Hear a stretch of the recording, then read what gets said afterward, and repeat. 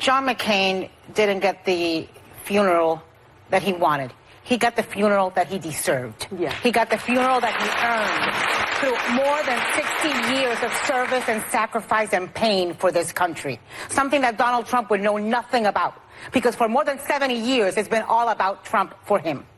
Number one. Number two, he didn't approve anything other than the plane, which they could have gotten themselves. It was Congress who allowed John McCain to lay in state. It was the National Cathedral that allowed John McCain's mass to be held there. Number three, he also said that John McCain had not done anything for veterans. That John McCain had, that they had failed in getting choice and accountability for many decades. Lie, you pathological precedent. Liar, liar, liar. John McCain and Bernie Sanders passed the Choice and Accountability Act in 2014. It was signed by Barack Obama. While you were calling into question his citizenship. And it was John McCain who got the expansion of that act. In his dying days, he got the expansion of that act. And it is called, the expansion of that act is called the John S. McCain III, Daniel Akaka, and Samuel Johnson VA Maintaining Act.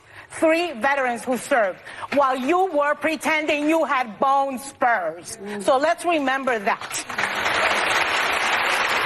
Now, about your question as to Republicans.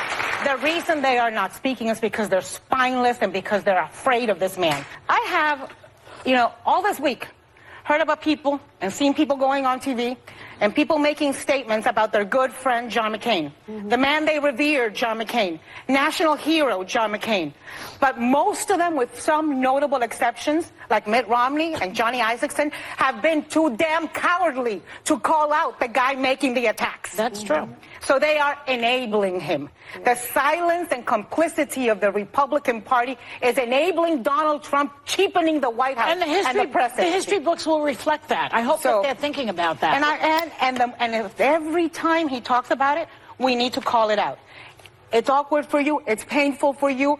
It might be exhausting. We cannot get exhausted. We cannot get tired of being outraged by what this man is doing to the presidency of the United States. Well, to the country. While it's clear that Trump's motivation for his constant attacks on John McCain is either that he really is petty enough to wake up every day and attack a member of his own party who's been dead for 7 months, or that he's trying really hard to distract from something, although I couldn't possibly imagine what that could be other than an investigation that's yielded 199 criminal counts, 37 entities charged, 7 guilty pleas, and 5 sentenced to prison. But here we have Anna Navarro calling Trump out for baselessly taking credit for allowing John McCain's funeral. So John McCain left it.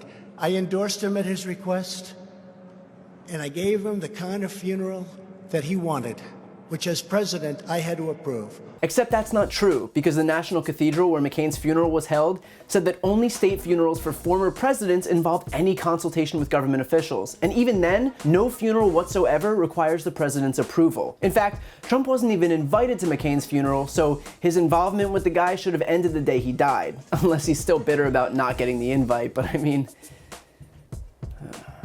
But the worst offense with this whole bizarre one-sided feud with, once again, a man who died 7 months ago, is that Trump brazenly tried to take credit for a program that not only did he not create, but that the guy he's attacking did help create. And that's the Veterans' Choice legislation, which allows vets to see doctors outside the VA's network if the wait for an appointment or distance to travel is too long.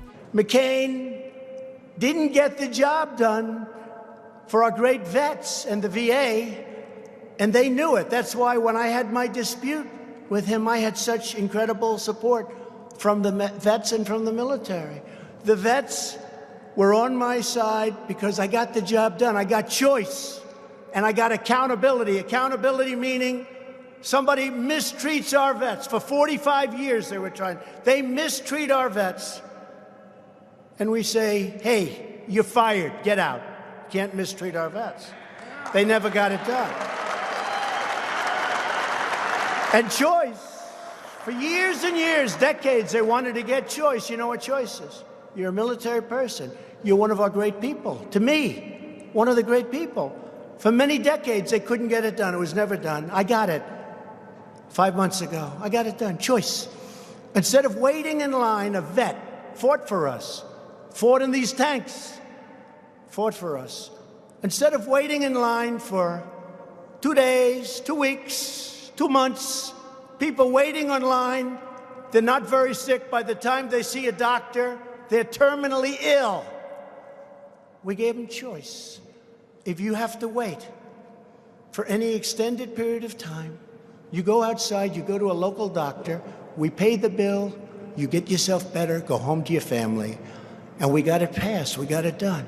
Not only did Trump not create choice, he wasn't even in office when it was passed. The bill was co-sponsored by John McCain and Bernie Sanders in 2014 and signed into law by President Obama. Of course, Trump should know this because he's the one who signed the expansion of that bill into law under its official name, where the words John S. McCain III are the first words of the bill. But again, if all of this seems so glaringly petty and insignificant, that's because it is. And while this was a gimme for Republicans looking to show that they can still be their own person and stand up to the president, some couldn't even manage to take this freebie. And so amazingly, Trump and Republicans managed to embarrass themselves in a manufactured crisis against a member of their own party who isn't even alive. Credit where it's due, it's not often that Republicans can accomplish a feat that impressive, but here we are.